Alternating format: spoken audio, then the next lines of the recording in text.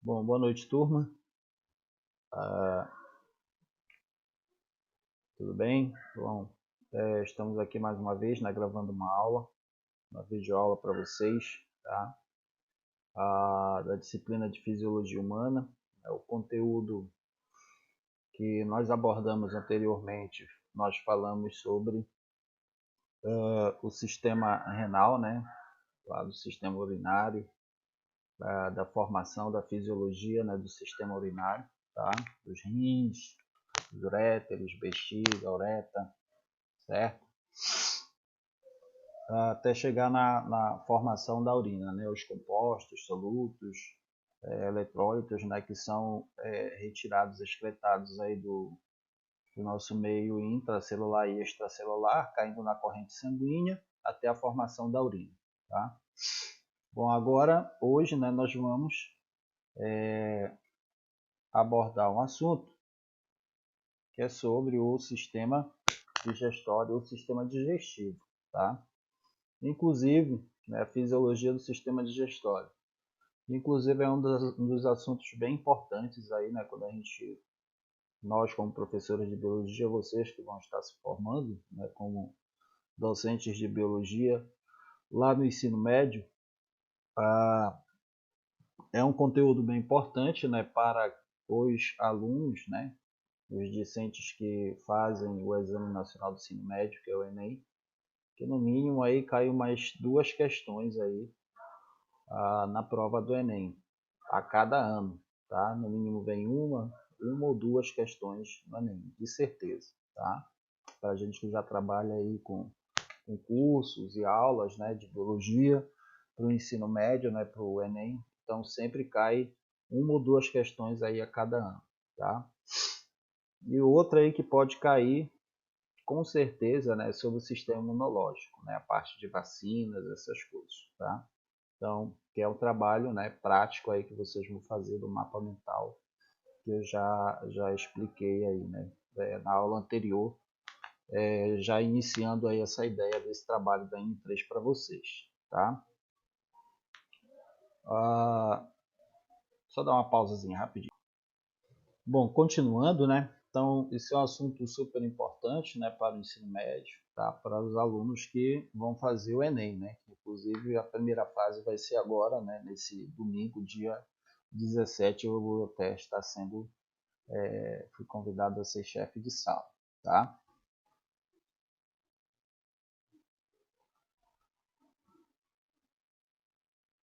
Então, vamos lá, vamos dar início, né, à aula. Vamos falar aqui sobre o sistema digestório, tá? Deferências iniciais. Quando a gente fala em deferências iniciais, né, é a introdução, tá? Introdução aí em relação ao sistema digestório. Tá? Então, todo o nosso organismo humano ele recebe os nutrientes, né, normal, natural, através dos alimentos, tá? Então, todos os nutrientes aí que o nosso corpo recebe, nós precisamos nos alimentar, tá? Então, nutrientes necessários aí para fornecer energia, né, a famosa ATP lá, né, para as nossas células, tá? Através dos nutrientes, tá ok? Então estes alimentos eles tendem, né, a ser transformados, né, em substâncias utilizáveis, né, que envolvem vários fenômenos químicos e físicos. Tá? Então a partir do momento que nós ingerimos algum nutriente, algum tipo de alimento ou nutrição, vai ocorrer ações químicas e ações físicas, né, como os movimentos peristálticos, ações de hormônios, ações de enzimas, de sucos gástricos, tá? Então, vão ter outros mecanismos internos, né, intracelulares, né, também, e extracelulares que ocorrem para a obtenção desses nutrientes. E a gente vai ver aqui, né, como é que se dá e quais são esses componentes dentro do sistema digestório, dentro de cada parte específica do sistema digestório, do tubo digestivo e dos órgãos anexos que participam do sistema digestório para obtenção desses nutrientes necessários aí para o nosso organismo. Tá? Então, todos esses fenômenos, né, eles ocorrem ao longo do tubo digestivo, né, como eu falei anteriormente, agora há pouco, e também com a participação de órgãos anexos, tá, que lançam esses produtos, né, que são sucos digestivos, hormônios, né, movimentos peristálticos, a, a participação do sistema nervoso também, né, tá, que auxilia nesses movimentos peristálticos, hormônios também, a gente vai ver isso daí mais para frente, tá, que lançam todas essas ações e produtos, né, nesses produtos aí que nós consumimos no dia a dia, tá? Tanto faz, pode ser líquido, tá? Ou uma massa, né? Uma massa de bolo alimentar, tá? Que futuramente aí, né, quando chega lá no intestino delgado, é chamado de quimo, tá ok? Então, afinal, para que serve este sistema? Né? Então, este sistema digestório ele serve para transformar o alimento, né? O alimento e absorver os nutrientes desse alimento, tá? Absorver os nutrientes desse alimento. Quais são os tipos de nutrientes, professor? Carboidratos, né? Temos aí carboidratos, proteínas, né? Lipídios, tá? Ácidos graxos, todos esses aí que você já conhece, tá? A glicose, né? Açúcar, tá? Então, a função, né, de absorver esses nutrientes é justamente para promover ao organismo a energia necessária, né, água e nutrientes para poder suprir as necessidades energéticas, para que a gente possa realizar uma atividade física, caminhar, levantar, dormir, ter à disposição realizar uma aula online, né, como está acontecendo agora, e para que vocês estejam aqui na frente, né, no YouTube, aqui onde está sendo gravada a aula, foi reportada a aula para vocês. Então, se vocês estão com energia para poder estar me ouvindo, é porque vocês obtiveram nutrientes anteriormente, tá? Então, toda essa absorção de nutrientes, essa transformação dos nutrientes para eles serem absorvidos, né, pelo sistema digestório, é necessário para as nossas necessidades energéticas do dia a dia, tá? Ela retira também, né, dos alimentos ingeridos os nutrientes necessários para o desenvolvimento e a manutenção do nosso organismo, tá? Não é só para energia, né, mas também fazer a manutenção, no caso fazer a regulação de temperatura, né, evitar que ficamos doentes, né, porque quando nós nos alimentamos, né, nós também ingerimos vitaminas, né, sais minerais, né, que são essenciais aí para o desenvolvimento do nosso corpo e manutenção, né, para evitar algumas doenças. Claro, se você deixar de, por exemplo, sair ao sol, que é essencial vitamina D para a pele, você futuramente, né, dependendo da pessoa, do organismo da pessoa, a vitamina D, vitamina E, né, vai ser afetado principalmente aí na região epitelial, tá? Então, na falta de alguns nutrientes como vitaminas, né, vitamina C, a pessoa possivelmente vai ficar gripada facilmente, né? E entre outras, anemia, né? Então vai ter ferro, falta de ferro, né? Então são essas as proposições de se obter também, né, esses nutrientes, tá? Justamente para manter o desenvolvimento e a manutenção. Proteína vai desenvolver o corpo, né? Vai lhe dar aí possibilidade de ter uma massa muscular, você se desenvolver, crescer ou para cima ou para os lados, tá? Então tem tudo isso, tá ok? Então, como é que se dá, né, esse processo aí? Então, primeiramente, né, tem que haver a ingestão de macromoléculas, né, que são grandes moléculas. Tá? Então, você tem aí o arroz, por exemplo, ou o feijão, né, que tem ferro, ou arroz que vai ter muito carboidrato. Tá? Então, vai ter ingestões de macromoléculas, de moléculas grandes, que após a ingestão dessas macromoléculas vai ocorrer um processo digestivo, a transformação, né, ou seja, a transformação de moléculas menores. Tá? E após a transformação das moléculas menores, vai ocorrer o processo absortivo, né, que é justamente a utilização. É aquilo que as nossas células, né, que o intestino delgado, vai jogar para a nossa corrente sanguínea, né, após ser absorvido. Tá? Nossas células jogam para a corrente líquido intersticial, né, próximo à corrente sanguínea, e a corrente sanguínea aí leva esses nutrientes para os outros órgãos, né? Para as outras células que compõem os outros órgãos, né? Sistema nervoso, endócrino, urinário, respiratório, tá? Sistema muscular, né? Principalmente, né? O esquelético, tá? Então, esse processo absorvitivo, né? É um momento em que os nutrientes eles foram absorvidos para que as nossas células utilizem esses nutrientes, né? O cálcio, sódio, potássio, ocorrer toda aquela transformação de entrada e saída na membrana celular para que seja potencializada a energia lá nas mitocôndrias, tá? E todo esse processo de digestão e absorção ocorre aonde? No intestino delgado. Tá? Então, dentro do sistema digestório, tá?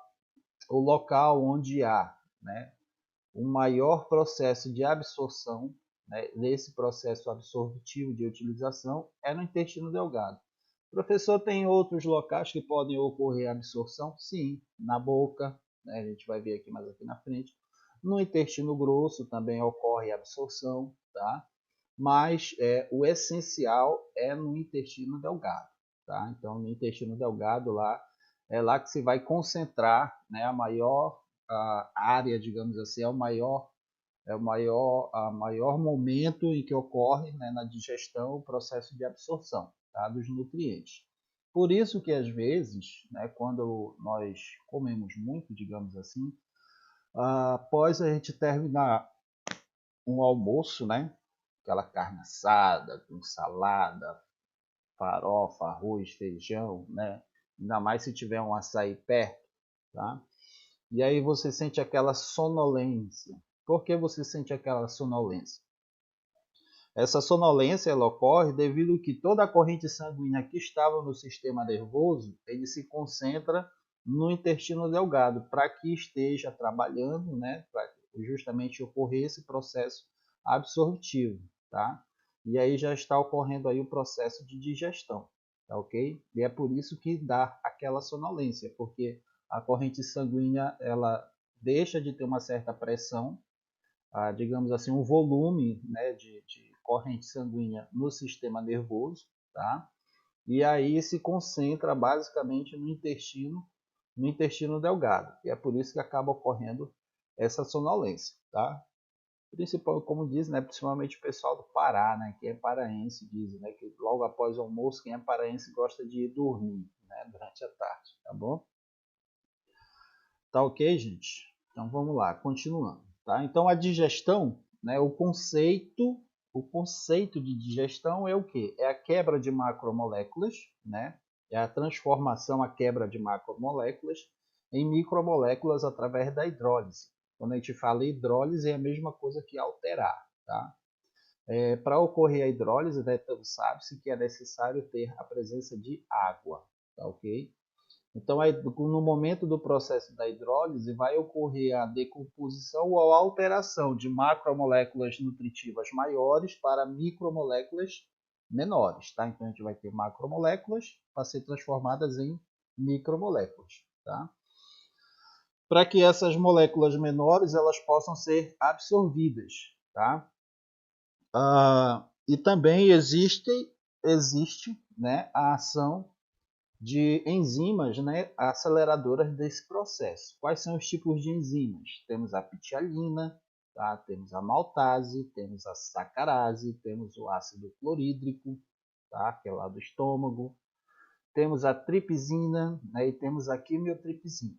Tá? Então, esses são alguns tipos de enzimas, tá, que participam deste processo de quebra de macromoléculas em micromoléculas. Tá?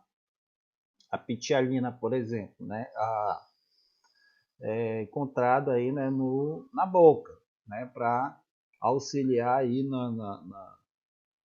no amido. Tá?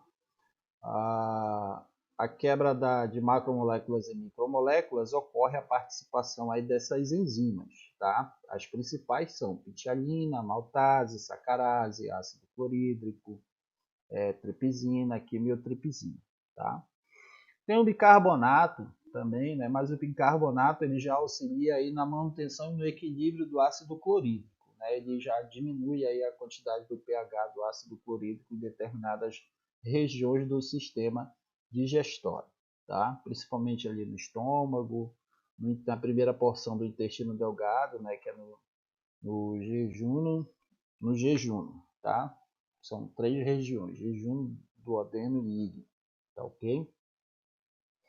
Então a nutrição, né, e a nutrição é um conjunto de processos, né, que vão englobar a obtenção, a quebra, a absorção e a produção da energia, tá? Então o conceito de nutrição é isso, tá? Então após esse processo de quebra, tá, dos nutrientes, né, das macromoléculas e micromoléculas, vai ter a absorção, e a nutrição é justamente quando o nosso corpo ele está obtendo o resultado dessas quebras, né, e está tendo a absorção, e aí vai ocorrer a produção de energia, né, que é o que nos permite estar em condições aptas, hábeis, né, vivos, tá? Então os nutrientes eles podem ter 3 tipos de funções, tá? Quando eu falei anteriormente agora, né, que nos auxilia no desenvolvimento, na manutenção, né? Então eles podem ser de 3 tipos, tá? Os nutrientes eles podem ser 3 funções. Primeiro é a plástica, tá?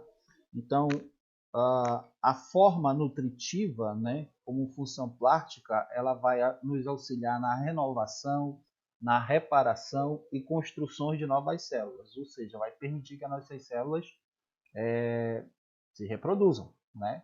Através dos 2 processos de reprodução que nós temos aí das células, que é a mitose e a meiose, tá? Então, quais são os principais alimentos, né, que têm essa função como nutrição plástica, de renovação e reparação? É a água, o leite, os ovos, proteína, tá? Soja, sódio, potássio, tudo aquilo que tem ferro, tá? Como alimento, tá? Não é o ferro bruto, tá ok? Energético, tá? O que nos vai fornecer energia, tá? Só um minutinho que meu nariz está coçando. Peraí.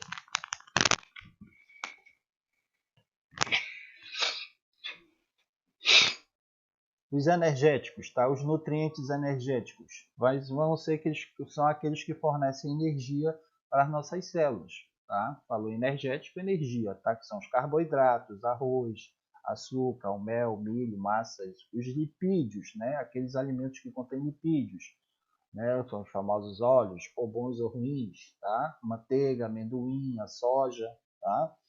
Então, carboidratos e lipídios são nutrientes energéticos que fornecem energia para nossas células. E tem, tá, aqueles nutrientes reguladores que servem para o bom funcionamento do organismo, né, prevenindo aí a gente, né, que é justamente o que a gente acabou de falar ainda agora, né, que auxilia no desenvolvimento e manutenção do nosso corpo, do organismo, tá, para evitar as doenças, vitaminas e sais minerais, tá? E sais minerais, cálcio, né? É um sal mineral, né? Justamente essencial aí para manter os nossos ossos rígidos, evitar fraturas, né? E outras doenças, tá? As vitaminas, vitamina C, vitamina B11, B12, vitamina D, vitamina E, tá? E por aí vai, tá certo? Então os nutrientes eles podem ter 3 funções: função plástica, função energética e função reguladora. A plástica para a renovação, reparação, manutenção e desenvolvimento, né? Energético vai fornecer energia para nossas células, os carboidratos, né, os lipídios, tá? E também tem a terceira função que é a reguladora, tá? Que vai nos auxiliar no bom funcionamento do organismo, prevenindo aí contra possíveis doenças, tá? Menos para alguns vírus, né, como a gente está tendo agora. Vitaminas e sais minerais, tá bom? Então vamos ver agora qual é a constituição do sistema digestório, tá? Então o sistema digestório ele é constituído por um tubo musculoso digestivo, que é por onde percorre justamente o bolo alimentar, né? Toda a comida ou nutriente que você coloca inicialmente pela boca, tá? Que você coloca na boca, tá ok? E ao longo de todo esse tubo musculoso digestivo vão ter outros órgãos que são chamados de órgãos anexos, que também participam dessa digestão, que injetam ou liberam, digamos assim, né, ao longo desse tubo musculoso digestivo, enzimas e também enzimas principalmente, né, e também produção de hormônios, vão auxiliar aí no movimento, né, desse tubo musculoso digestivo e vai auxiliar na quebra dessas macromoléculas em micromoléculas, para que os nutrientes possam ser absorvidos pelo nosso sistema digestório, especificamente no intestino delgado, tá? Em grande quantidade. Então, quais são as partes do sistema digestório que faz parte desse tubo digestivo, por onde passa o bolo alimentar ou químico, tá? Até se transformar no bolo fecal, lá no final, tá? Temos a boca, faringe, esôfago, estômago, intestino delgado, intestino grosso e o ânus. Então são só esses, tá? Falou em tubo digestivo ou tubo digestório, é a boca, faringe, esôfago, estômago, intestino delgado, intestino grosso e ânus, tá? Quais são os órgãos anexos? É a língua, os dentes, as glândulas salivares, né, que se encontram aqui, tá, próximos, o fígado e o pâncreas, tá? Então esses são os órgãos anexos, tá? Então a constituição do sistema digestório ela está dividida em duas, digamos assim, duas áreas, tá? Temos o tubo digestório digestivo e tem os órgãos anexos, e cada um tem os seus respectivos órgãos aí que constituem tanto o tubo digestivo quanto os órgãos anexos, tá certo? A digestão, tá? Então os alimentos durante o processo da digestão eles sofrem uma ação mecânica e também uma ação química. Quando a gente fala em ação mecânica, os movimentos que ocorrem, por exemplo, do esôfago empurrando o bolo alimentar até passar pelo esfíncter, né? Cárdia, né? Que fica o anel musculoso que fica acima do inicial na parte superior do estômago, tá? Então, a partir do momento que o alimento ele passa pela boca, né? Após o processo de mastigação, salivação, deglutição, e aí passa pelo esôfago, e o esôfago empurra esse bolo alimentar que dura aí mais ou menos se eu não me engano, de 10 a 20 segundos, por aí assim, para ele poder chegar até o estômago, tá? Isso é uma ação mecânica, tá? E aí quando a gente tem a participação de enzimas, né, como o ácido clorídrico, né, que é do estômago, que age sobre o, o bolo alimentar quando chega no estômago, aí já são as ações químicas, tá? E também a participação de hormônios, tá bom? Então a ação mecânica ela é desenvolvida inicialmente pela língua, né, pelos dentes e pelos movimentos peristálticos, tá? Que ocorrem ao longo do tubo digestivo, tá certo? Então, ao longo do tubo digestivo, né, como falei para vocês, tá? Os órgãos são a boca, faringe, esôfago, estômago, intestino delgado, intestino grosso e o ânus, tá? A ação química, né, nós falamos aqui, né, sobre a ação mecânica, tá? Agora vamos ver aqui da ação química, né, que é provocada pelos sucos digestivos, né, que possuem enzimas, né, que são produzidas por diferentes órgãos do sistema digestivo, tá? Principalmente alguns também, né, dos órgãos anexos, tá? Então vamos ver aqui o primeiro, né? O primeiro órgão, tá? Que participa aí dessa ação mecânica, que é justamente a boca, né? Na boca nós vamos ter os dentes, tá? Os dentes eles têm várias características, né? Tem algumas denominações, classificações, tá? Então, em lilás, né? Então, a boca é o órgão inicial do tubo digestivo, certo? Onde se localizam a língua e o dente que auxiliam aí na digestão mecânica, tá? Então, aqui, né? Vamos pegar aqui os dentes superiores. Então, os 4 primeiros da frente aqui que está em lilás são os incisivos, tá? Que servem para cortar os alimentos, tá? O que está em verde, né, são os caninos, né, que servem para rasgar os alimentos, tá? O que está em amarelo ou laranjado, né, dependendo aí da cor que você esteja observando, são os pré-molares, tá? Que servem para amassar os alimentos e triturar também os alimentos, tá? Então já vai ter aí duas funções, né? Porque nesses pré-molares aqui eles vai ter algumas partezinhas pontiagudas, tá? Esses aqui, logo após o incisivo, os caninos, tá? E os molares também servem para triturar os alimentos, tá? Existem alguns livros didáticos e livros de nível superior que identificam os molares como apenas para amassar, tá? Para amassar os alimentos, tá bom?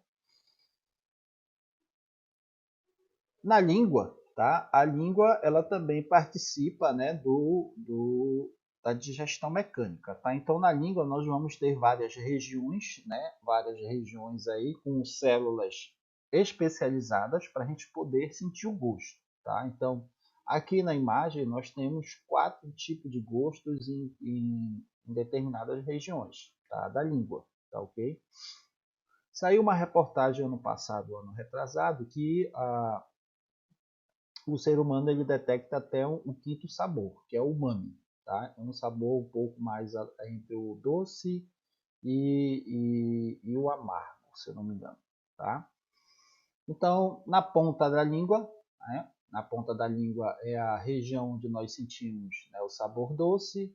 Mais atrás, um pouco indo para a lateral, é o salgado. Tá? O ácido, né, já fica mais na região anterior, né? Na região anterior, nas laterais, e lá no finalzinho a gente sente o sabor amargo, tá? Esse umami ele estaria direcionado aqui na região central, tá? Bom, na boca, né? Justamente na boca, com a ação da língua, tá? Onde os alimentos sofrem a ação dos dentes, né? Que é justamente o processo chamado de mastigação. Então, nessa região, neste canal, né? Nessa região da boca, tá? O pH ele vai estar em torno entre 6,7 e 7. Tá? Por que é essencial aí, né, durante ao longo do tubo digestivo, no tubo digestório, ter essa concentração de acidez de pH? Justamente para auxiliar aí, né, no equilíbrio, né, osmótico, né, para poder combater alguns possíveis micro-organismos aí que ficam espessos no ar, né? Ou no momento em que nós estamos ingerindo o alimento, tá? Porque às vezes tem algumas pessoas que pode ocorrer, né? Pode ocorrer dela comer uma certa, às vezes você está comendo a mesma comida do que uma outra pessoa, mas aí a outra pessoa que vai sentir a dor de barriga e você não sente, né? Então depende muito aí do pH, da acidez, né? De como está de como está o equilíbrio osmótico, como é que está esqueci a palavrinha, rapaz. Como é que está, né, o equilíbrio, a homeostase da pessoa, né? Não é osmótico, é homeostase, tá? Então a língua ela vai auxiliar, né? Ela tem a função de auxiliar na deglutição e na mastigação, tá? Então ela movimenta, né? Ela auxilia na movimentação do alimento para um lado para o outro da boca, né? Para ocorrer a mastigação, tá? E a saliva, tá? Que é produzida na boca, ela contém amilase salivar ou pitialina, tá? Que ela vai acelerar a digestão do amido, tá? Então, o amido, aquele que a gente encontra no trigo, tá? Principalmente, ele vai começar a ser absorvido inicialmente pela boca, através da ação da amilase salivar ou da pitialina, tá? Que está lá na saliva, tá ok? Então, a digestão parcial e a lubrificação do alimento tá? Ela vai auxiliar na formação do bolo alimentar, tá bom? Então, às vezes você come uma comida muito seca, cheia de farinha, tá? E para ela ficar mais umidificada, tá? Para que ela possa ser deglutida normalmente, não lhe cause aí nenhum desconforto na hora do processo digestório, a saliva ela é importante para manter essa lubrificação do alimento, tá? Sem saliva não há deglutição, tá certo? Fica meio complicado. Aí a pessoa tem que pegar e empurrar com água, tá? Então o amido, né? O amido ele sofre uma ação, tem um esqueminha aqui, né? Que o amido ele sofre a ação da amilase salivar para poder ser transformado em maltose, tá? Aqui eu trouxe para vocês, né, a estrutura do dente. Tá? Talvez vocês já tenham visto isso daqui em histologia comparada, né, na disciplina de histologia. Tá? Então, o dente ele vai ter algumas regiões identificáveis. Né?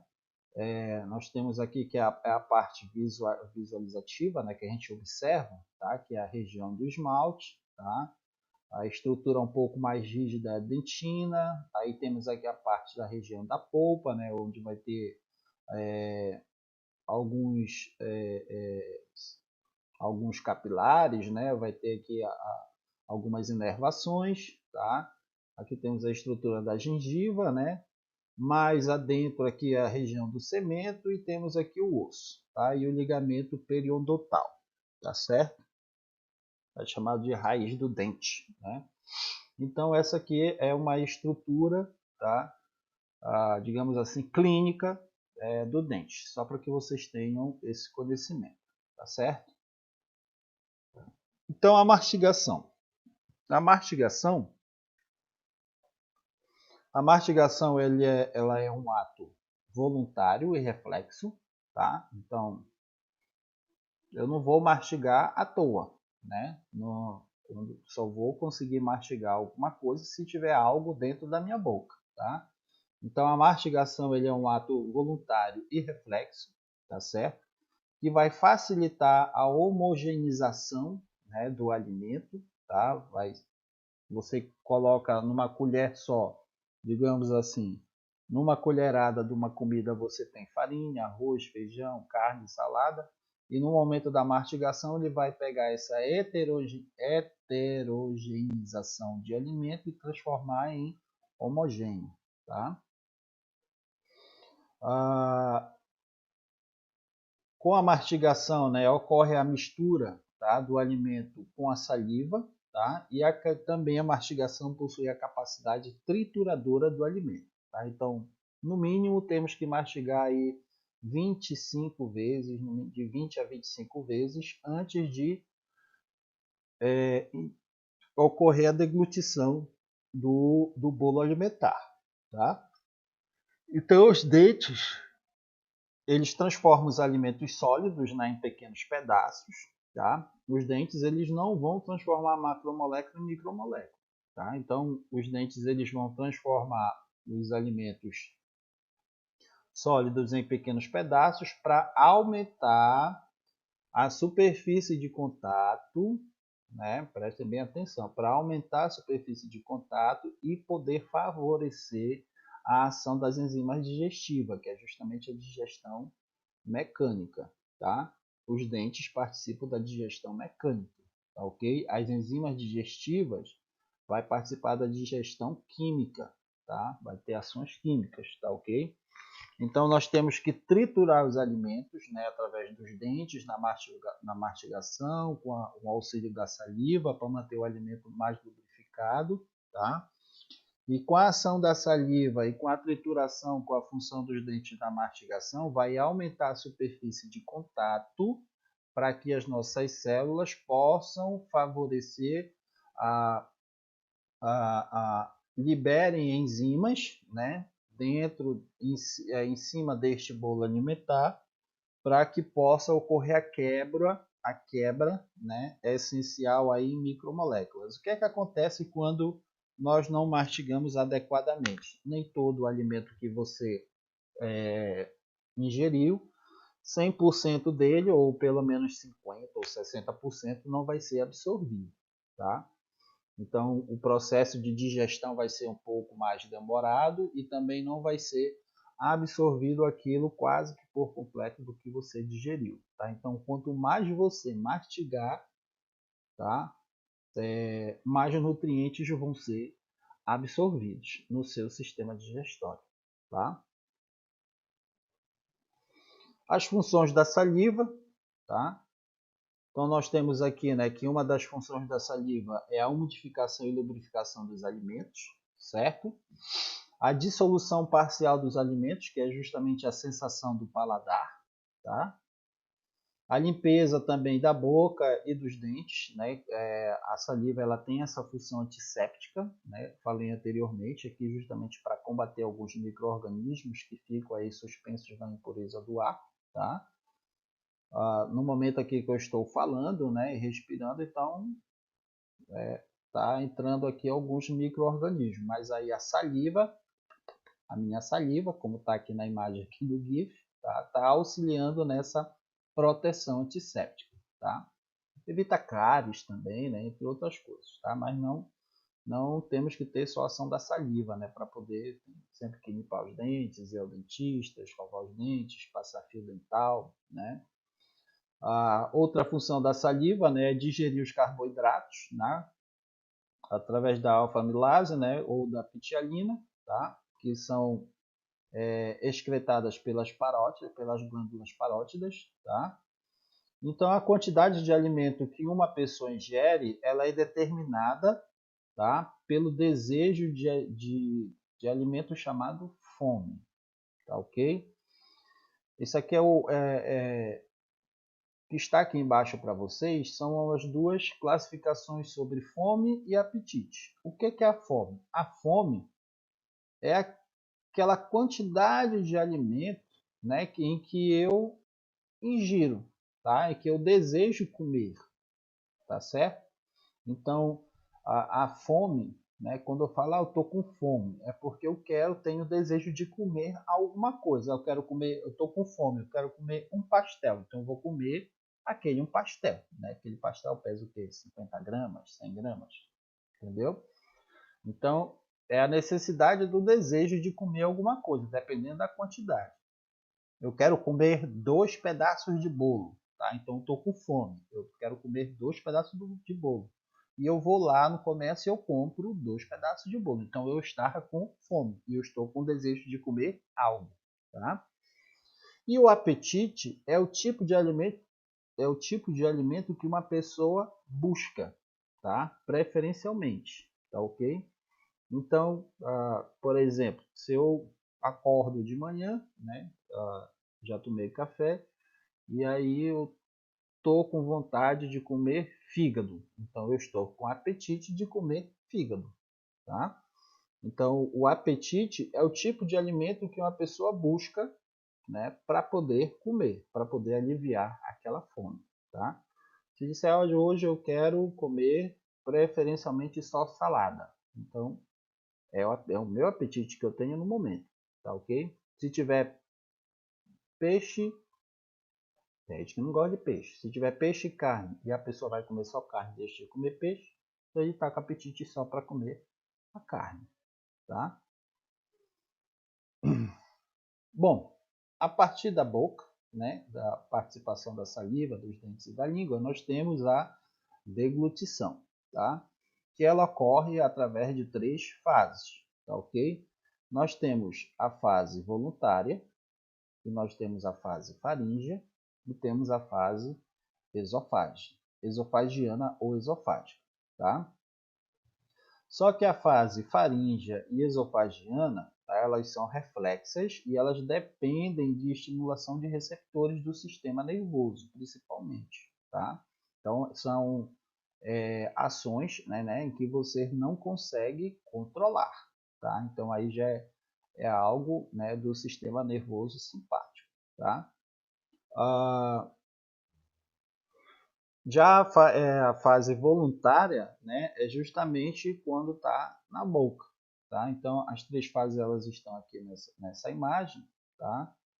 Aqui tem um GIF um pouco maior mostrando, né, o momento em que uma pessoa fez o processo de mastigação, né, que é a digestão mecânica, né, com os dentes, a língua, né, e aí ela empurra o bolo alimentar que passa aqui, ó, pela região faríngea, tá, que auxilia aí no processo, tem a epíglote, né, que auxilia no processo da respiração, tá?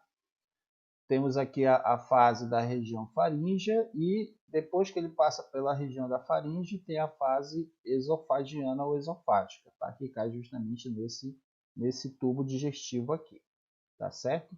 Então daqui para cá é tudo tubo digestivo ou digestório, tá ok? Então observação, como eu falei anteriormente, né? Sem saliva não há deglutição, tá? Então se você estiver com algum problema de saúde e você tentar empurrar o alimento sem mastigar adequadamente, né, empurrar o alimento seco, tá? Então você vai ter que consequentemente meter uma água em cima para que esse bolo alimentar ele passe por essas três fases aqui, tá? Voluntária, faríngea e esofagiana, tá certo? Bom, a fase voluntária, né? A fase voluntária é quando o alimento ele está presente, ele está prestes, desculpa, né, a ser engolido voluntariamente, comprimido e empurrado para trás em direção à faringe, tá? Como eu mostrei para vocês anteriormente, pela pressão da língua, tá? Então ela funciona através da pressão da língua para cima, né? Tá? E para trás contra o palato, tá? Quando a gente fala em palato é essa região do céu, tá? A partir daí a deglutição ela se torna automaticamente normal, não podendo ser mais interrompida, tá certo? Aí temos a segunda fase, né, que é a fase faríngea, que é quando o bolo alimentar ele começa a atingir a região posterior da cavidade bucal e da faringe, e ela estimula áreas de receptores epiteliais de deglutição ao redor da abertura da faringe, nos pilares tonsilares, tá? Nas tonsilas, passando, né, mais ou menos aqui assim, tá? Passando os impulsos para o tronco encefálico, como eu falei para vocês, né? Aí já tem a participação do sistema nervoso simpático, que não tem como você controlar, tá? Temos a fase esofágica, né, que é a função primordial do esôfago, tá? Que vai conduzir o alimento rapidamente da faringe para o estômago, né, impedindo assim que você se entalhe, né? Se entalhe com alguma parte do alimento, tá? Quem nunca se entalou, certo? Isso exibe dois movimentos, tá? Na fase esofágica. Temos a peristalse primária e temos a peristalse secundária. Isso aí leva em média mais ou menos de 8 a 10 segundos até o alimento chegar ao estômago. Eu falei anteriormente aqui 4 segundos, né? Mas não é. É de 8 a 10 segundos, tá? Para o bolo alimentar passar por todo o esôfago e chegar até o estômago, tá certo? Então nós temos o controle neural, né, do sistema gastrointestinal, tá certo? Então o sistema gastrointestinal ele possui, tá, um sistema nervoso próprio que é denominado sistema nervoso entérico, tá? Então nas apresentações do grupo 2, se não me engano, né, 2 ou 3 do sistema nervoso, né, eles explicaram lá que o sistema nervoso ele não se restringe só à região do crânio, tá? Mas sim por toda a medula espinhal, né? E aí ela é distribuída em conexão com os outros órgãos, né? Com os outros sistemas, sistema respiratório, urinário, que eu já expliquei, né? Que justamente tem a ligação desse sistema nervoso simpático parasimpático lá na bexiga, né? Para poder preencher a bexiga e liberar, né? Relaxar a bexiga, tá? Então, o sistema nervoso entérico, ele é esse sistema nervoso denominado para o sistema gastrointestinal, tá? Localiza-se inteiramente na parede intestinal, né? Começando no estômago, começando no esôfago e ele vai se estendendo até o ânus, Tá? Então, todo o sistema nervoso aí, né, vai desde o esôfago, daqui para cá, até chegar lá no finalzinho, no ânus, né, que é para auxiliar aí na evacuação das fezes, certo? Então, a quantidade aproximadamente de neurônios do sistema nervoso entérico é de 100 milhões de neurônios, tá? Que é a mesma quantidade da medula espinhal, tá certo? Ele é bem desenvolvido, né, e é importante no controle dos movimentos e secreções gastrointestinais, tá? Então, o sistema nervoso entérico ele vai auxiliar, né, nos movimentos peristálticos e também na secreção de enzimas ou de hormônios, tá? Do sistema gastrointestinal, para que ocorra essa movimentação do bolo alimentar do quimo, ao longo do tubo digestório até chegar no ânus, tá? E também na liberação dessas secreções e hormônios que auxiliam na transformação de macromoléculas em micromoléculas para poderem serem absorvidos, tá ok? E é composto de dois plexos, tá? Tem o sistema nervoso, o plexo externo, né, é mioentérico, ou também chamado de Auerbach, tá? E o interno, que é o plexo submucoso, Miesner, certo? Ou seja, eles estão em duas regiões distintas, tá? Mioentérico, né, Auerbach, e o submucoso, tá? Que é o Miesner, tá ok? O plexo mioentérico, né, ele controla o Auerbach, tá? Ele vai controlar os movimentos musculares, tá? Gastrointestinais, que ele vai desde todo o trato, né, que ele se estende em todo o trato gastrointestinal, tá? Então, quando o esôfago ele empurra, né, automaticamente o bolo alimentar até o estômago, o bolo alimentar transformado em quimo, né, vai sendo empurrado para o intestino delgado. O intestino delgado passa para o intestino grosso. Tá? Então, toda essa movimentação do intestino grosso até chegar no ânus, tá? Os movimentos musculares peristálticos que ocorrem através do sistema nervoso entérico é pelo plexo mioentérico. Tá? E o submucoso, que é o Meissner, tá? Ele envolve a função de controle da parede interna de cada segmento do intestino, para ajudar no controle da secreção intestinal e absorção local. Tá? Então, a liberação de enzimas, a liberação de hormônios, né? Dessas enzimas para poder quebrar as macromoléculas e micromoléculas dos nutrientes para que eles possam ser absorvidos, tá? O sistema nervoso entérico submucoso ou Miesner é que auxilia, tá? Então, tanto o plexo mioentérico quanto o submucoso, eles possuem neurotransmissores, certo? No sistema nervoso entérico, ou Miesner ou Auerbach, tá? Falou em sistema nervoso, tem que ter neurotransmissores envolvidos. Quais são os principais deles? Acetilcolina, né, que vai ativar esses neurotransmissores, e a norepinefrina, que ela acaba inibindo alguns sistemas, né, do sistema nervoso entérico, tá? Vai acabar inibindo, por exemplo, digamos assim, a inativação, a não produção do ácido clorídrico, tá? Do estômago lá. Então, para deixar de produzir esse ácido, vai ter a norepinefrina inibindo aí, né, a liberação dessas enzimas, tá?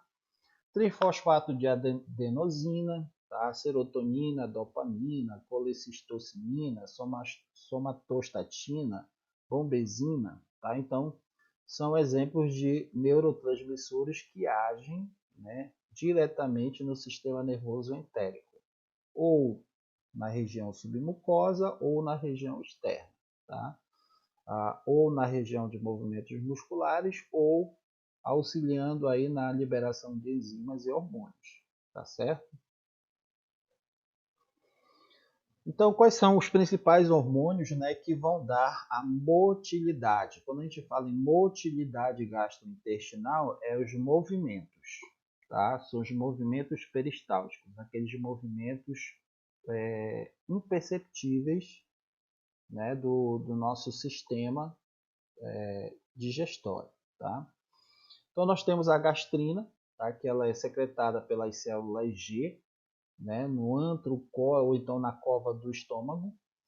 Ela estimula a secreção gástrica, né, do ácido clorídrico, né, e o crescimento da mucosa gástrica em resposta a estímulos associados à ingestão de uma refeição, tá certo? Nós temos a colecistocinina, que são secretadas pelas células I, tá? Elas estão na mucosa do duodeno e do jejum, né? Aí já é lá no intestino delgado, tá? Esse hormônio acaba sendo secretado quando tem uma comida com muita gordura, né? E ácidos graxos, tá? Quando uma comida muito gordurosa cai o quimo, ele está muito gorduroso, ele cai no duodeno e no jejum, aí a colecistocinina acaba entrando em ação, tá? Vai entrar em ação justamente para expelir, né, a bile no intestino delgado, tá? E ela vai inibir também moderadamente a contração do estômago, tá? Que retarda o esvaziamento do alimento no estômago, tá certo?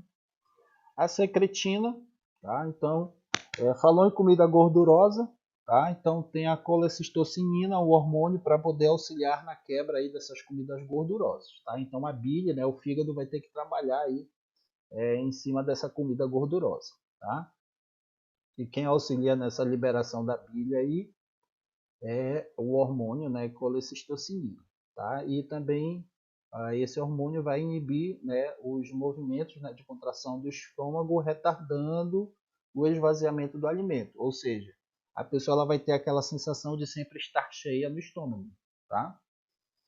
Então a secretina, ela foi o primeiro hormônio descoberto, né? Ela é secretada pelas células S, tá? Elas são secretadas na mucosa do duodeno também, no intestino delgado, certo? Como resposta ao ácido gástrico, tá? Que é proveniente de lá do estômago, tá? Que é transferido do estômago ao duodeno através do piloro, tá? Que é o segundo anel muscular, tá? Então, mais aqui na frente a gente vai mostrar para vocês, tá? Promovendo a secreção pancreática do bicarbonato para neutralizar o ácido no intestino delgado, tá? Então, a secretina, o hormônio, né, secretina, vai auxiliar na produção do bicarbonato, tá? No duodeno, justamente para inibir essa ação do suco gástrico, tá? Do ácido gástrico que provém lá do estômago, tá? E o ácido gástrico, né, do estômago aí pode futuramente aí causar algumas feridas, né? Algumas patologias aí em outras regiões do intestino delgado, tá? Então a secretina, né, ela ajuda a liberar o bicarbonato para neutralizar o ácido gástrico lá no intestino delgado, tá certo? Então temos o peptídeo inibidor gástrico também, né, que é um outro hormônio, que ele é secretado pela mucosa do intestino delgado superior, tá? Em resposta aos ácidos gráxicos e aminoácidos, e também retarda o esvaziamento dos conteúdos gástricos no duodeno, tá? E temos a motilina também, que é o outro hormônio, que ajuda nessa movimentação gastrointestinal, né, dos alimentos, tá? Ela é secretada pelo duodeno superior, certo? Durante o jejum, e tem a função de aumentar a motilidade gastrointestinal também, tá? Os movimentos, quando a gente fala em motilidade, são movimentos, tá? Movimentos gastrointestinais, tá certo? Bom, quais são os tipos de movimentos do trato, né, ao longo do trato gastrointestinal? Existem dois, tá? São os movimentos propulsivos ou de peristalse, né, que são os movimentos que são imperceptíveis, tá? E tem os movimentos de mistura, tá certo? Então, existem dois tipos de movimentos gastrointestinais, tá? Tem o movimento propulsivo, ou peristalse, e tem os movimentos de mistura, tá? Os movimentos propulsivos, né, ou peristalse, eles fazem com que os alimentos possam percorrer, tá, em uma velocidade apropriada para que ocorram a digestão e absorção adequada, tá bom? Então ele não vai de uma vez só o alimento, não, ele vai, né, 8 a 10 segundos, 1 minuto, 4 minutos, né? Então tem esses períodos aí, esses tempos, tá? E os movimentos de mistura são os que mantêm os conteúdos intestinais bem misturados o tempo todo, tá certo? Como, por exemplo, no estômago, né? Vai ter movimentos de mistura. E também no intestino delgado vai ter movimento de mistura, para aumentar essa superfície de contato, né?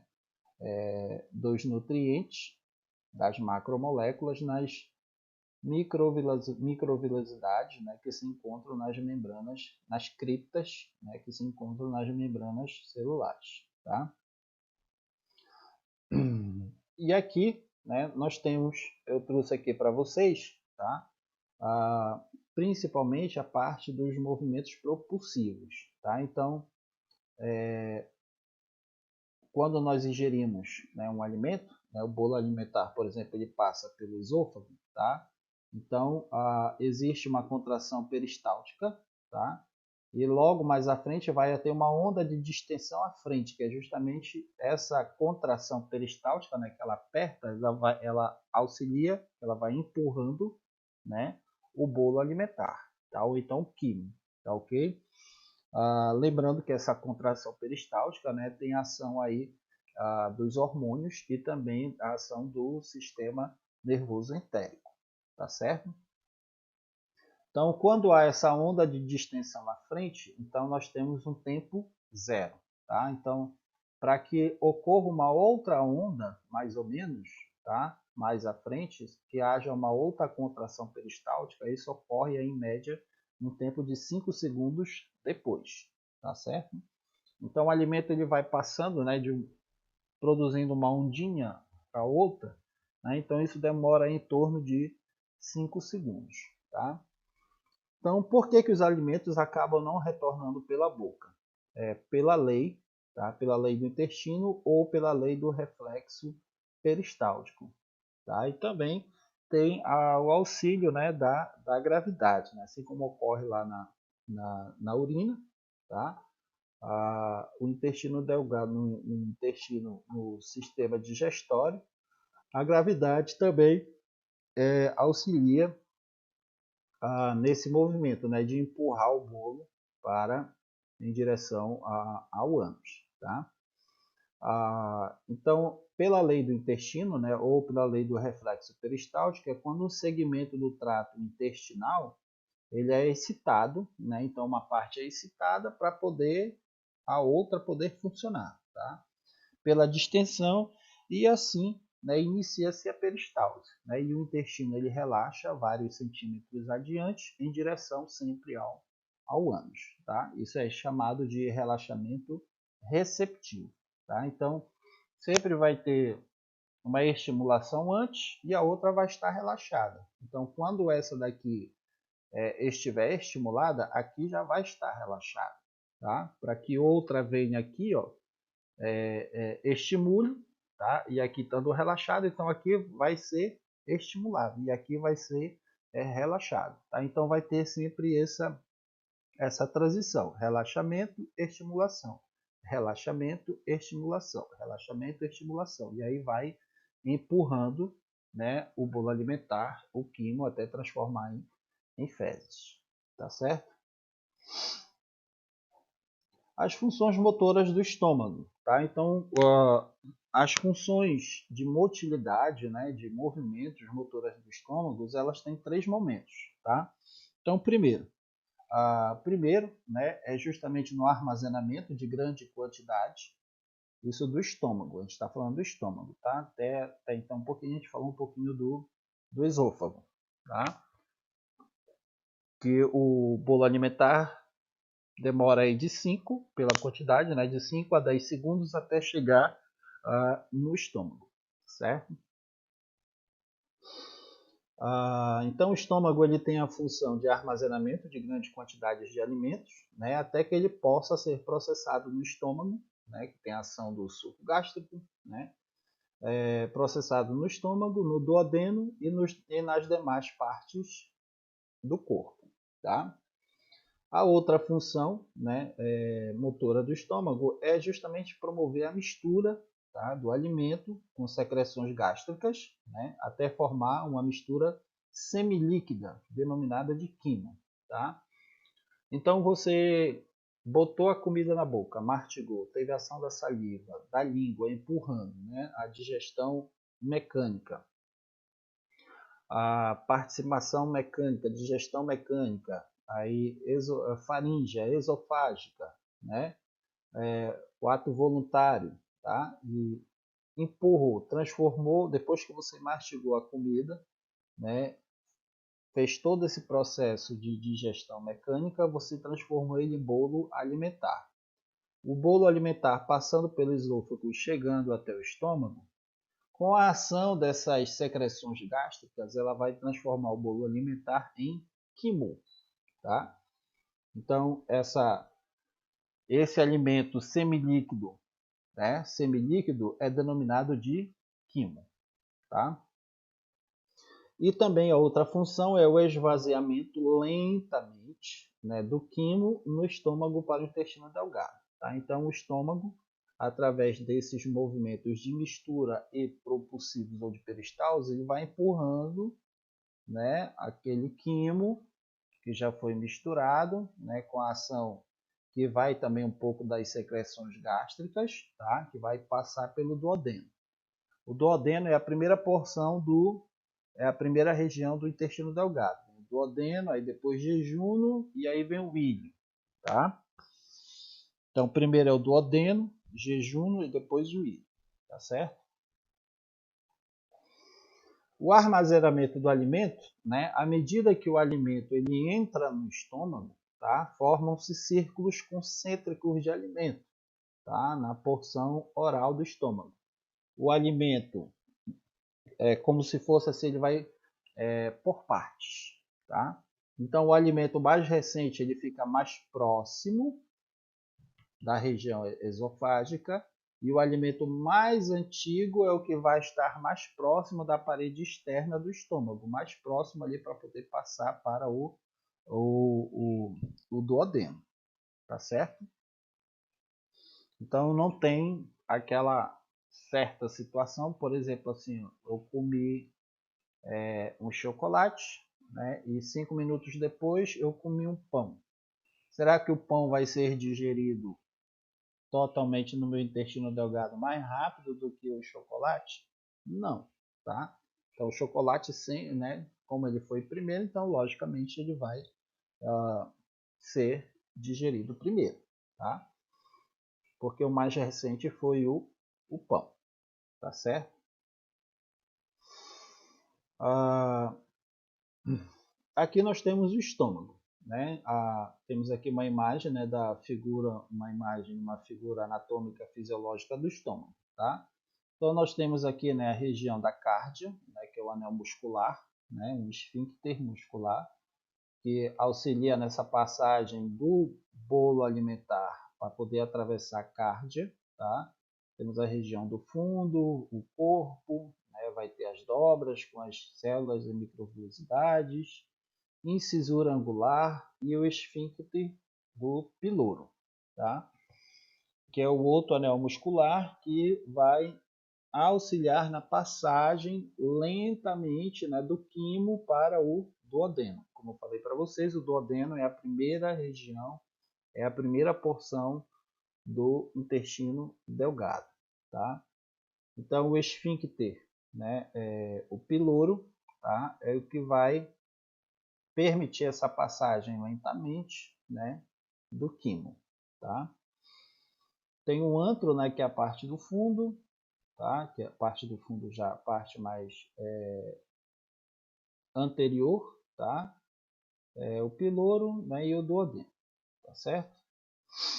Então, os sucos digestivos do estômago são secretados pelas glândulas gástricas, tá? Que elas estão presentes em quase toda a extensão da parede do corpo, aqui, do corpo do estômago, certo?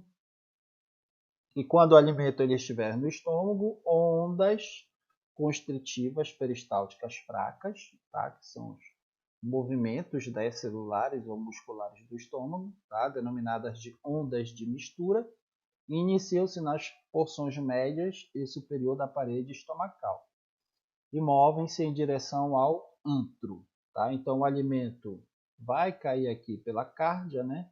Vai cair aqui em região ao corpo e aí vai lentamente, né, em ondas constritivas peristálticas fracas, tá?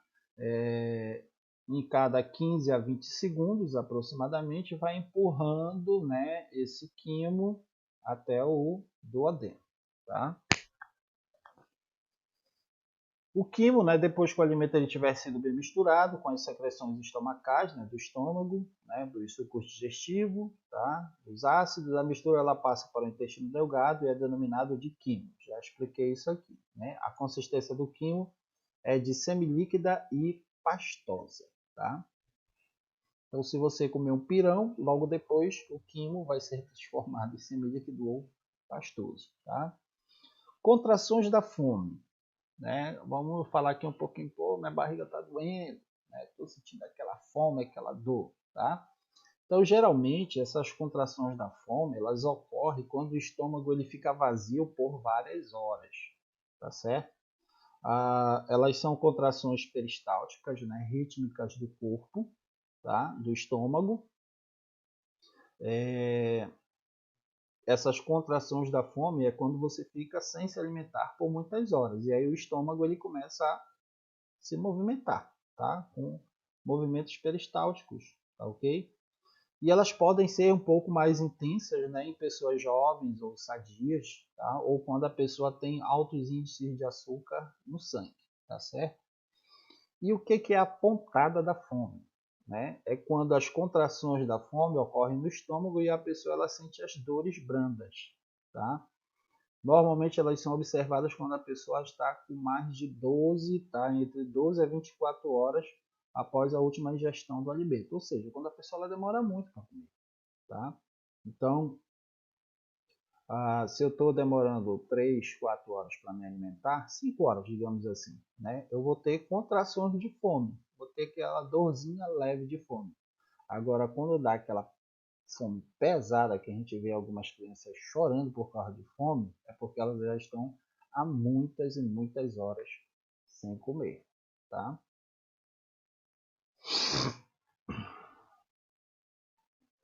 Agora vamos para o intestino delgado. Tá? Então, ó, nós iniciamos lá pela boca, né? Primeiro vimos aí com a importância, né? Da participação do sistema digestório, do sistema digestivo para o nosso corpo. Tá? Falamos dos dentes, da saliva, da língua, da digestão mecânica, digestão química, né? Do esôfago, do estômago e dos hormônios, né, que participam, as enzimas, principais enzimas que também participam desse processo, tá, da digestão química, os hormônios também que participam dessa digestão química. Falamos do estômago e agora vamos falar dos movimentos do intestino delgado. Tá? Então o alimento caiu, né? O alimento não, o quimo chegou ali no duodeno, né? Vai ter o movimento do intestino delgado, tá certo? Então, os movimentos do intestino delgado também, como de outros locais, vai ser igual. Vai ter as contrações de mistura e vai ter as contrações propulsivas, tá? Vai ter as contrações que vai misturar, circulando, né, circundamente, né, o quimo, né, o alimento, a parte nutritiva, e vai ter as contrações propulsivas, que são as de empurrar, né? E sempre empurrando adiante o quimo, tá? Para que ele possa ir sendo absorvido aos poucos, tá ok? Bom, nós temos aqui né, alguns exemplos de contrações de mistura, tá? Então, os movimentos de segmentação do intestino delgado, né, de contrações de mistura, elas podem ser regularmente espaçadas, tá? Podem ser isoladas, tá certo? Podem ser irregularmente espaçadas ou pouco espaçados regularmente, tá? Então, esses aqui são alguns exemplos, tá, de contrações de mistura do quimo, tá ok? Então, a função das ondas peristálticas do intestino delgado não é apenas, tá? Não é apenas para causar, né, a progressão, levar o quimo, né, até a válvula iliocecal, tá? Que é até o seco, tá ok? Então, esses movimentos, né, de mistura e de propulsão não é apenas para poder levar o quimo até o seco, tá? Mas também é distribuir o quimo ao longo da mucosa intestinal, ou seja, tentar, como eu falei anteriormente, né, deixar esse alimento o mais tempo possível dentro do intestino delgado para que ele possa ser realmente absorvido, tá? Possa ser absorvido os nutrientes, tá? As micromoléculas sejam absorvidas. Mas para isso você tem que ter mastigado bem, né? Tá? Então, além dos sinais nervosos, né, que auxiliam nessas contrações de mistura e contrações propulsivas, tá? Que afetam na peristalse do intestino delgado, existem os hormônios também que afetam nesses movimentos, tá? Do intestino delgado, como a gastrina, a CCK, a insulina, a motilina e a serotonina, tá? Eles intensificam, tá? Gastrina, CCK, insulina, motilina e serotonina, elas vão intensificar os movimentos intestinais, do intestino delgado, tá? E elas vão ser secretadas, né? Vão ser liberadas em diversas áreas, né? Em diversas fases do processamento da digestão do alimento, tá certo? Para inibir o movimento do intestino delgado, nós temos a secretina e o glucagon, tá? Eles inibem, tá certo? Inibem o movimento do intestino delgado, tá? Então, gastrina, insulina, motilina, serotonina, CCK vai auxiliar no movimento do intestino delgado, tentando manter esse alimento sempre ali, né, naquela movimentação para poder ser absorvido, tá? Em todos os lados, em todas as áreas do quimo, tá? E a secretina e o glucagon vai inibir os movimentos do intestino delgado, tá certo? O que é a exacerbação peristáltica? Tá? Eu esqueci de apagar aqui, parou na página 803, porque essa parte da exacerbação peristáltica estava no livro lá de fisiologia, na página 803, para vocês verem como esse assunto é grande. Tá? A exacerbação peristáltica, né, é quando o movimento do intestino delgado está muito fraco, tá? Ou seja, ele está pouco espaçado, tá? Pouco espaçado regularmente, né? E aí ocorre uma irritação intensa na mucosa intestinal, tá? Como ocorre em casos graves de diarreia infecciosa, né? Por causa da peristalse intensa ou rápida, tá? Essa é chamada de exacerbação peristáltica, tá? Então, quando a pessoa ela apresenta, né, essa disposição de sempre ao banheiro, né? E aí tudo como se dissesse assim, tudo que eu como eu defeco logo na hora, né? Então a pessoa está com uma diarreia, então tá com alguma infecção intestinal, tá? E aí ocorre essa exacerbação peristáltica, né? Então o movimento ele já vai ser muito mais rápido, tá? E aí o alimento acaba caindo direto no ânus e aí não tem, né, muito reaproveitamento.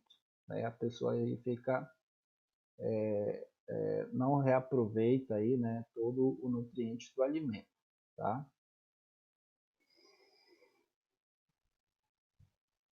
Bom, as contrações de mistura, né, que é quando a porção do alimento do intestino delgado ela é distendida pelo quimo, né? E o estiramento da parede intestinal provoca contrações concêntricas, tá? Localizadas ou espaçadas ao longo do intestino e com duração de fração de minutos, tá? Então, elas podem causar segmentações, né, no intestino delgado, como é mostrado na figura, logo aqui embaixo também, certo? E elas se dividem o intestino em segmentos, o que lhe dá a aparência de um grupo de salsichas, como se fosse, tá certo? As contrações propulsivas auxiliam na peristalse, né, do intestino delgado. Né? O quimo ele é impulsionado pelo intestino delgado por ondas peristálticas, tá? E elas ocorrem em qualquer parte do intestino delgado e se movem em direção ao ânus com velocidade de 0,5, ou seja,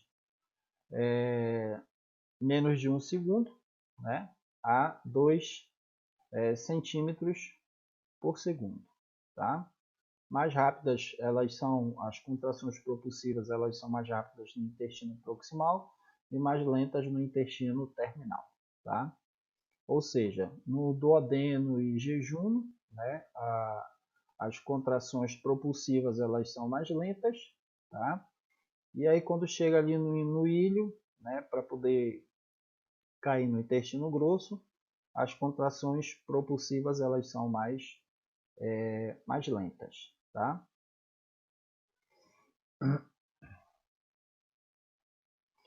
Bom, saindo do intestino delgado, né, a gente vai ter uma outra válvula, né, um esfíncter, tá? É a válvula iliocecal, tá? A válvula iliocecal, ou lá o que chega lá no seco, tá? Então, a válvula iliocecal é essa, né, que está aqui circundada, tá? Ela está aqui um pouco ampliada. Aqui é a parte terminal, né, do ilho, tá? E aí nós vamos ter um anel, né, um esfíncter, uma válvula, né, de controle que impede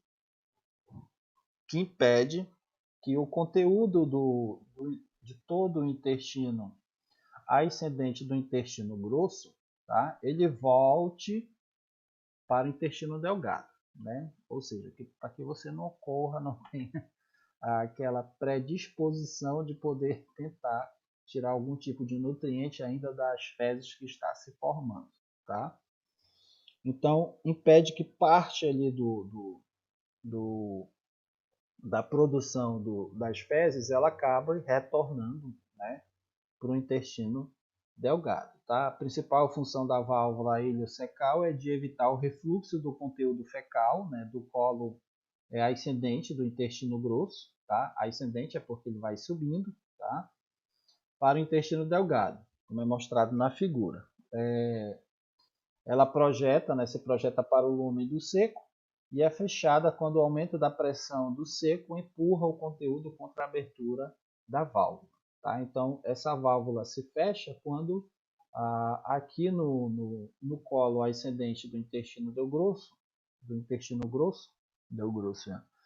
Quando do colo ascendente do intestino grosso, né, já está cheio, digamos assim, né, do resto do alimento, tá? E água, e aí ele é empurrado, né? Esse alimento empurra e acaba fechando essa válvula iliocecal, tá? E impede aí que o retorno das fezes, né, para o intestino delgado, tá certo? Então, os movimentos do colo no intestino grosso também, né? As principais funções do colo são, né, a absorção de água, né, e de eletrólitos do quimo para formar as fezes sólidas, tá? Então, a ingestão, a absorção de água ocorre principalmente no intestino grosso, tá certo? E também armazenamento do material fecal e até que possa ser expelido, tá? Então, ao longo do intestino grosso, tá? Aqui, ó, nós temos aqui, bem aqui, ó, a parte do ilho, né, do intestino grosso, do intestino delgado, e entre o ilho e aqui inicialmente o colo ascendente, do intestino grosso, tá? Nós vamos ter a válvula iliocecal, tá? Então, durante aqui o trajeto do intestino grosso, né, do quimo pelo intestino grosso, nós vamos ter absorção de água e eletrólitos do quimo, tá? Então, ainda vai ser reabsorvido aí sais minerais, tá? E água no intestino grosso vai ser absorvido aí para a nossa corrente sanguínea até chegar nas nossas células, tá? E ser transformadas em energia, certo? Da nutrição e vida às nossas células. E no final, né, vai ocorrer a formação das fezes, tá?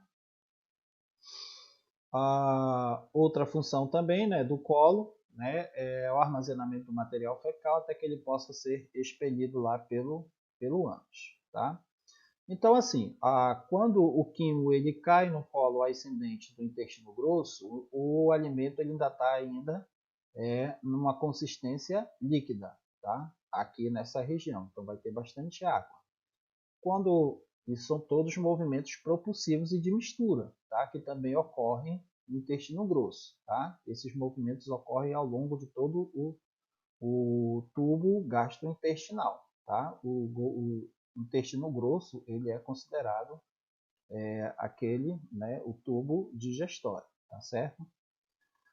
Então, o alimento, né, o quimo, subiu mais um pouquinho pelos movimentos propulsivos e de mistura, tá? Então, aqui mais em cima, né, mais acima aqui ascendentemente no colo, já vai ser semilíquido. Então, já perdeu um pouco mais de água. Chegou para cá, já vai ser pastoso. Aqui, semipastoso. E aqui já vai ser semissólido, né? E até chegar ao ânus, né, para poder ser expelido, totalmente sólido. Isso uma alimentação normal, se a pessoa não tiver com diarreia. Tá? Se a pessoa tiver com diarreia, toda a água que está aqui vai passar por aqui, vem para cá e vem para cá, e aí a pessoa acaba expelindo água, e por isso que a pessoa fica desnutrida, desidratada, né? Porque perde água, muita água, pelas fezes, tá? Na excreção das fezes, tá certo? Então, a metade proximal do colo, mostrada na figura, né, está envolvida principalmente na absorção, e a outra metade distal no armazenamento, já que os movimentos intensos, tá, da parede do colo não são necessários para essas funções. Os movimentos do colo são normalmente muito lentos. Tá? Embora eles sejam lentos, os movimentos ainda têm características semelhantes do intestino delgado, como eu falei anteriormente. Tá? Então, são os movimentos de mistura ou austrações, né? E movimentos propulsivos, que são movimentos de massa. Então, no intestino delgado, no intestino grosso, tá? Os movimentos de mistura podem ser chamados de austrações, denominados de austrações. E os propulsivos, né, que são os movimentos de massa. Tá? Aqui eu trouxe para vocês a imagem, né, detalhando, né, os cólons, né, aqui, ó, como vocês podem perceber, né, já vai ser líquido, semilíquido, né, no colo ascendente, tá, no colo transverso, tá, vai ser, deixa eu voltar aqui, vai ser pastoso, né, semipastoso, tá, já está se formando um pouquinho, né, até chegar em sólido, semissólido, né, até formar as fezes, normal, tá? Bem aqui vai ter um esfíncter também, tá ok? Que vai impedir, né, que as fezes acabem retornando, tá certo?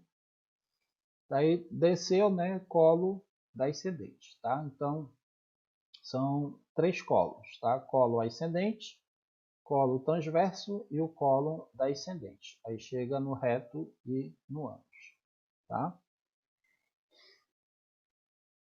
Bom, a defecação, a aula está quase acabando, tá? Já estamos chegando aqui. Então, a maior parte do tempo, né, o reto ele fica vazio, tá? Vocês podem perceber aqui, o reto, tá? Ele vai ficar vazio. Então, esse processo de defecação não é porque o nosso reto, né, antes, a porção anterior ao ânus, é porque ele está com fezes, tá? Não é bem assim. Então, grande parte do tempo ele está vazio, sem fezes.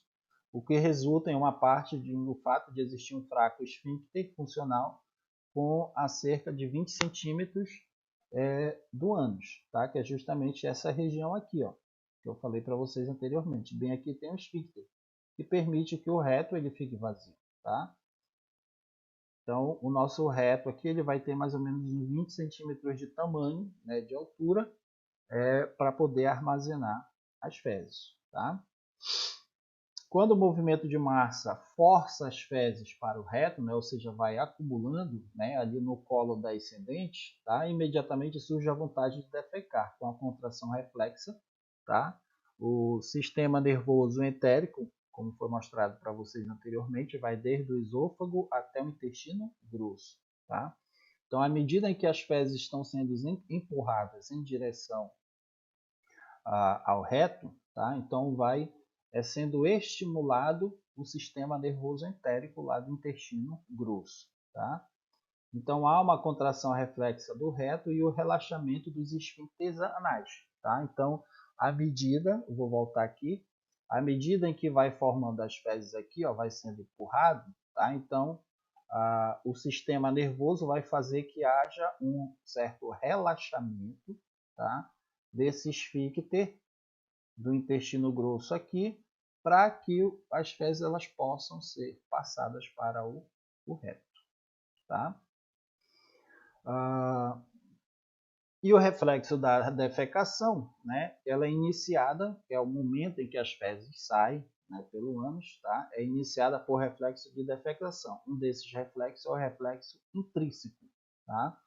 Que tem também justamente a participação do sistema motor esquelético, né, o sistema nervoso. Tá? Que é quando as fezes entram no reto, a distensão da parede retal dela desencadeia sinais, né, aferentes que se propagam pelo plexo mioentérico, tá? Pelo plexo mioentérico, para dar início às ondas peristálticas do colo da ascendente, sigmoide e no reto, empurrando as fezes em direção ao reto. Tá? Então, à medida em que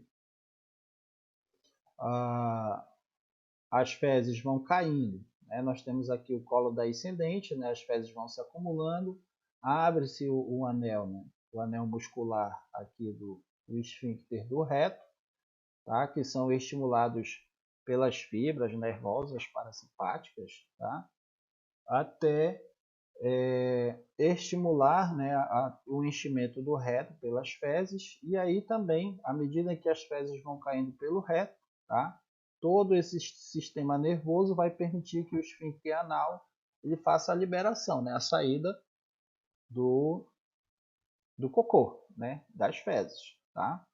Então percebam que ao longo, né, do esôfago até a região anal, na saída das fezes, tem a participação aí do sistema nervoso entérico, tá?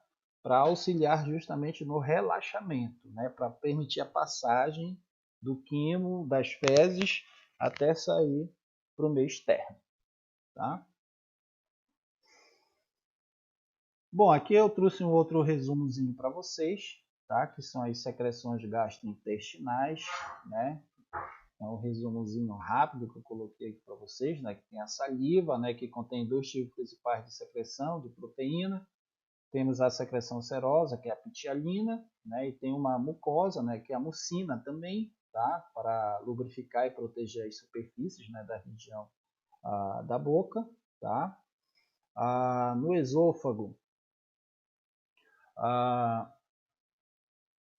deixa eu baixar aqui, tá? No esôfago, né? Vamos ter as secreções esofágicas, tá? Que são totalmente mucosas e fornecem principalmente a lubrificação para auxiliar na deglutição, tá? É revestido com muitas glândulas mucosas simples, certo? Deixa eu subir aqui. No estômago, né, nós vamos ter dois tipos importantes de glândulas tubulares, tá? Que são glândulas oxínticas, né, e glândulas gástricas, que secretam justamente o ácido clorídrico, o pepsinogênio, o muco, e glândulas pilóricas, tá, que vão secretar muco para proteger a mucosa pilórica do ácido gástrico, e também secretam o hormônio gastrina. Tá? Então, no estômago vai ter tanto glândulas que vai liberar o ácido clorídrico, o pepsinogênio, né, e o muco, justamente para quebrar, transformar o bolo alimentar em quimo, tá? E vai ter outras células secretoras, né, de muco para proteger justamente esse revestimento interno desse ácido, né, clorídrico, a parede intestinal do estômago. Tá? O fígado ele vai secretar a bile, né, normalmente entre 600 a 1000 ml ao dia, né, 1 litro por dia, tá? Com algumas funções importantes. A bile serve para emulsificar a gordura, emulsificar é quebrar, tá, a gordura. Também absorver os produtos finais da digestão, né, da gordura. E também a excreção de produtos no sangue, como a bilirrubina, tá, que é um produto final da hemoglobina. E também o colesterol, né, em excesso, certo? Próximo aqui, né, no pâncreas, tá? O pâncreas ela libera na digestão de proteínas, tá? As enzimas pancreáticas é a tripsina, quimiotripsina, né, e a carboxipolipeptidase. A mais abundante entre essas enzimas secretadas pelo pâncreas é a tripsina, tá? Em grandes volumes de solução de carbonato de sódio, que além disso também, né, auxilia no controle da insulina para o sangue. Tá? O intestino delgado, né? O intestino grosso, desculpa. Temos o intestino grosso, tá? Que ele secreta o muco também, né? Que contém grande quantidade moderada de íons de bicarbonato, justamente para algumas células epiteliais não secretoras de muco. Ela é regulada principalmente pela estimulação tátil direta de células epiteliais que revestem o intestino grosso e por reflexos nervosos, né, do sistema nervoso entérico, que vai auxiliar na liberação, como eu falei anteriormente, dessas enzimas ou então hormônios, tá? Que estimula as células mucosas nas criptas de Limberger. Criptas de Limberger, eu acho que vocês devem ter visto lá em histologia, né, que são justamente são as paredes, né, da membrana celular lá no finalzinho, que vai auxiliar aí, aumenta essa superfície de contato aí de nutrição, tá?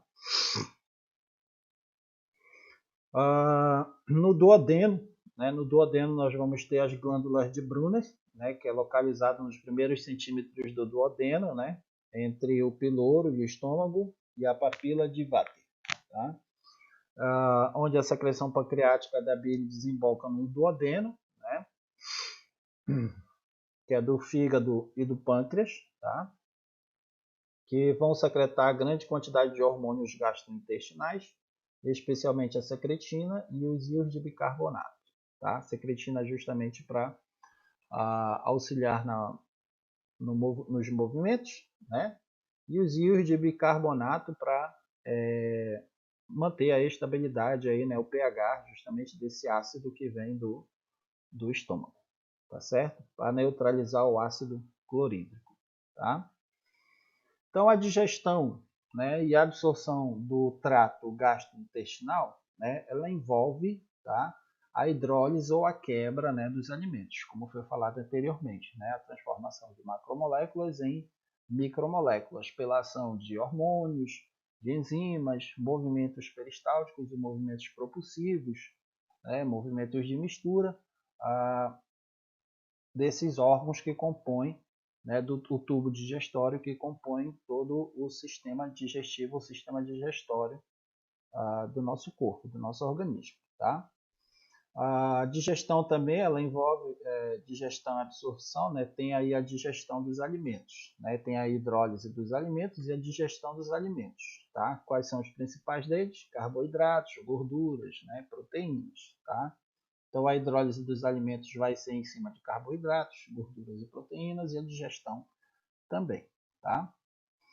Então, a hidrólise, como eu falei, né, é o fenômeno químico no qual uma molécula é quebrada em moléculas menores na presença de água, tá? Hidrólise é o nome dado ao processo químico no qual as moléculas de substâncias são quebradas em unidades bem menores a partir da ação de íons, de cátions e ânions, proveniente da ionização de água. Então, água é essencial. E a digestão é a transformação, né? A transformação dos alimentos em substâncias que sejam assimiláveis, né? Então, se você comeu alguma coisa e não digeriu, você botou para fora, vomitou, então não houve digestão, tá? Realizada pelo aparelho digestório ou digestivo por meio de dois tipos de processos, mecânico e químico, tá certo? E com isso, muito obrigado, tá? Bom, eu espero que vocês tenham gostado, né? Eu espero que vocês tenham compreendido, né, como é que funciona, quais são os movimentos, quais são as enzimas, quais são os hormônios que agem, né, dentro ao longo de todo o sistema digestivo, o sistema digestório, tá? Bom, eu vou encerrando a aula por aqui, tá? Não esqueçam de deixar o seu nome, né, seu nome completo, nos comentários, né, embaixo, no final dessa videoaula para poder contar como presença, tá bom? Bom, no mais eu me despeço por aqui, né? E aí agora vamos aguardar só a prova, né? Que é a N2, que envolve o sistema digestório e também o sistema renal, tá certo? O sistema urinário e o sistema renal, tá bom? Bom, até mais, tá? Tchau, tchau. Até a próxima aula.